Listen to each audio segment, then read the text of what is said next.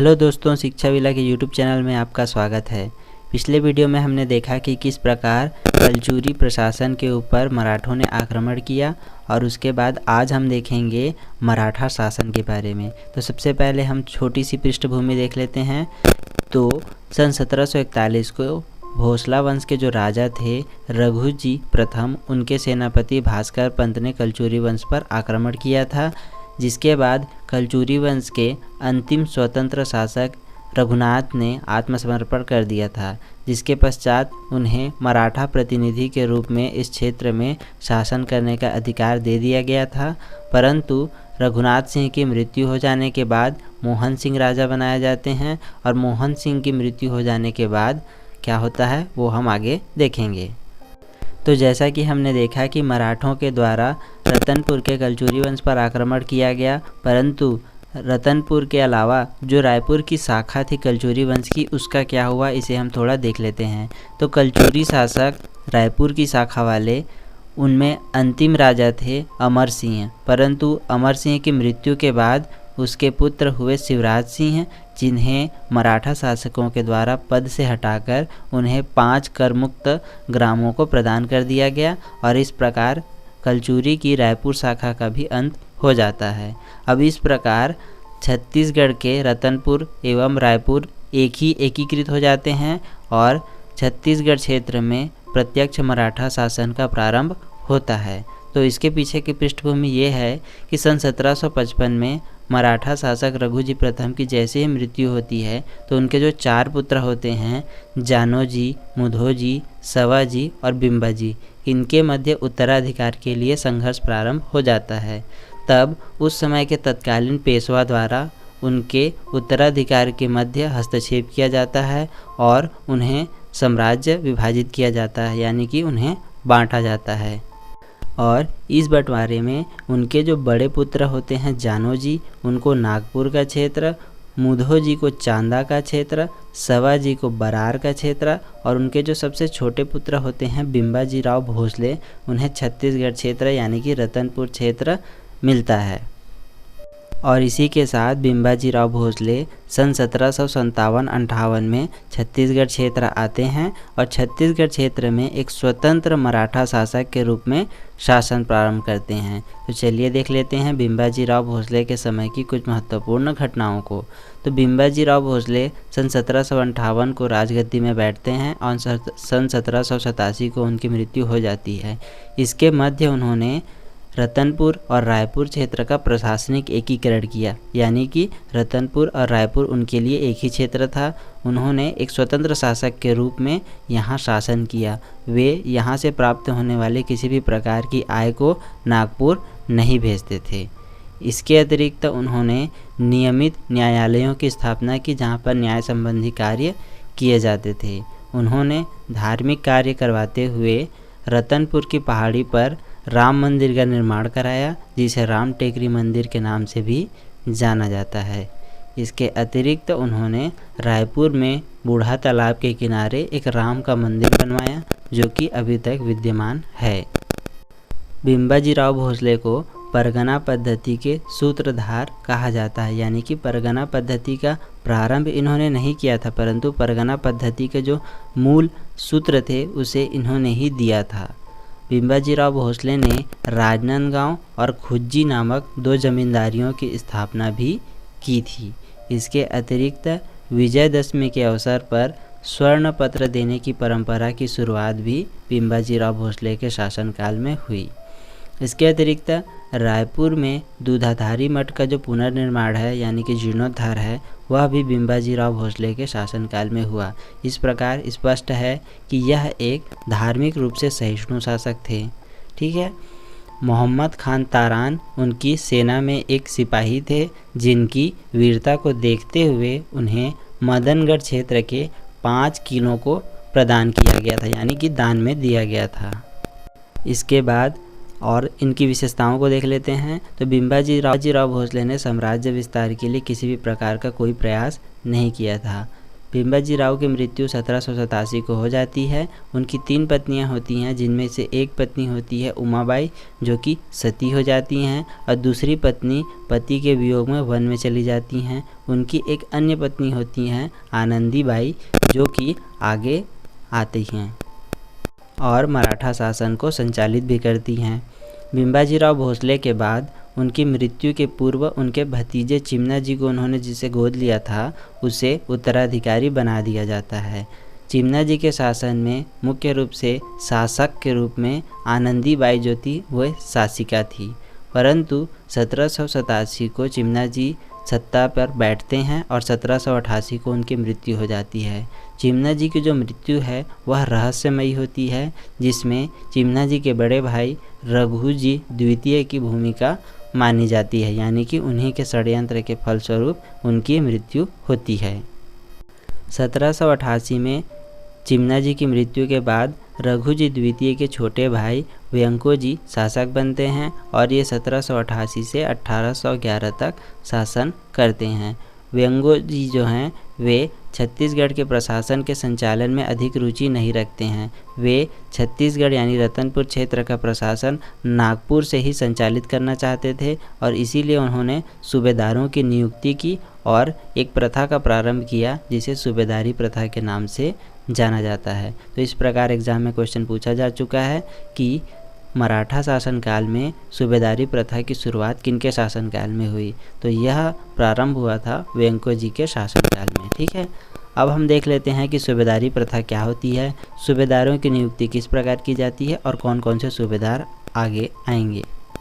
सूबेदारी प्रथा के तहत संपूर्ण छत्तीसगढ़ क्षेत्र को एक सूबा माना गया था और जो भी व्यक्ति मराठा शासन को अधिक कर वसूल करके देने का वादा करता था उसे सूबेदार नियुक्त कर लिया जाता था। यह सूबेदार का जो पद था वह न तो वंशानुगत था और न ही स्थायी था। यह हर वर्ष बोली के समान लगाई जाती थी। जो भी व्यक्ति सूबेदार के रूप में पद धारण करके मराठा शासकों को अधिक कर देने का वादा करता था उसे सूबेदार नियुक्त कर लिया जाता था। तो जो पहले सूबेदार होते हैं उनका नाम है महिपत राव दिनकर। ठीक है, तो यह भी क्वेश्चन में पूछा जा चुका है कि छत्तीसगढ़ के प्रथम सूबेदार कौन थे, तो वे थे महिपत राव दिनकर। महिपत राव दिनकर के सूबेदारी शासनकाल में जो बिम्बाजी राव भोसले की विधवा पत्नी थी आनंदीबाई, उनके हाथों में शासन की शक्तियाँ थी, इसीलिए दोनों के मध्य शासन की बागडोर को लेकर संघर्ष भी होता है एवं महिपत राव दिनकर को आनंदीबाई अपनी सैन्य की सहायता से भगा भी देती हैं।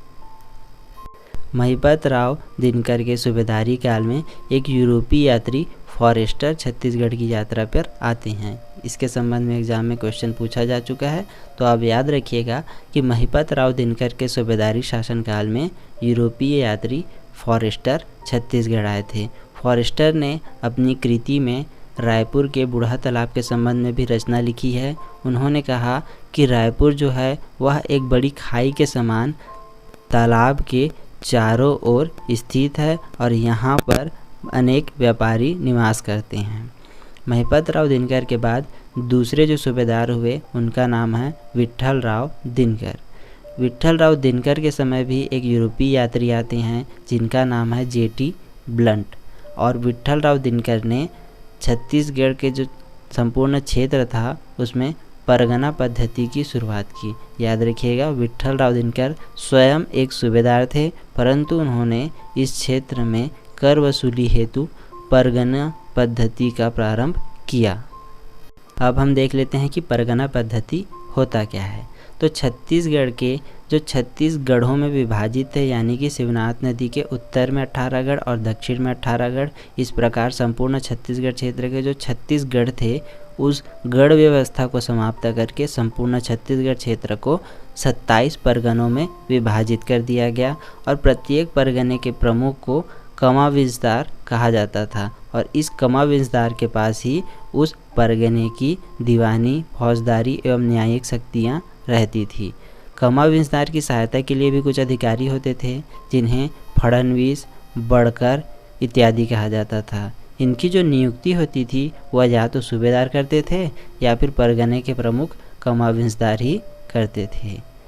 इस परगना पद्धति के तहत संपूर्ण छत्तीसगढ़ के जो क्षेत्र थे उसको 2 हिस्सों में बांट दिया गया था। एक था खालसा क्षेत्र और दूसरा था जमींदारी क्षेत्र। खालसा क्षेत्र वे क्षेत्र होते थे जिस पर मराठों का प्रत्यक्ष नियंत्रण होता था, एवं जमींदारी क्षेत्र ऐसे क्षेत्र होते थे जिन पर जमींदार प्रमुख होता था, जो कि सूबेदार को एक निर्धारित वार्षिक कर पटाता था। उस समय जो वार्षिक कर होता था उसे टकोली कहा जाता था। याद रखिएगा, वार्षिक कर को टकोली कहा जाता था।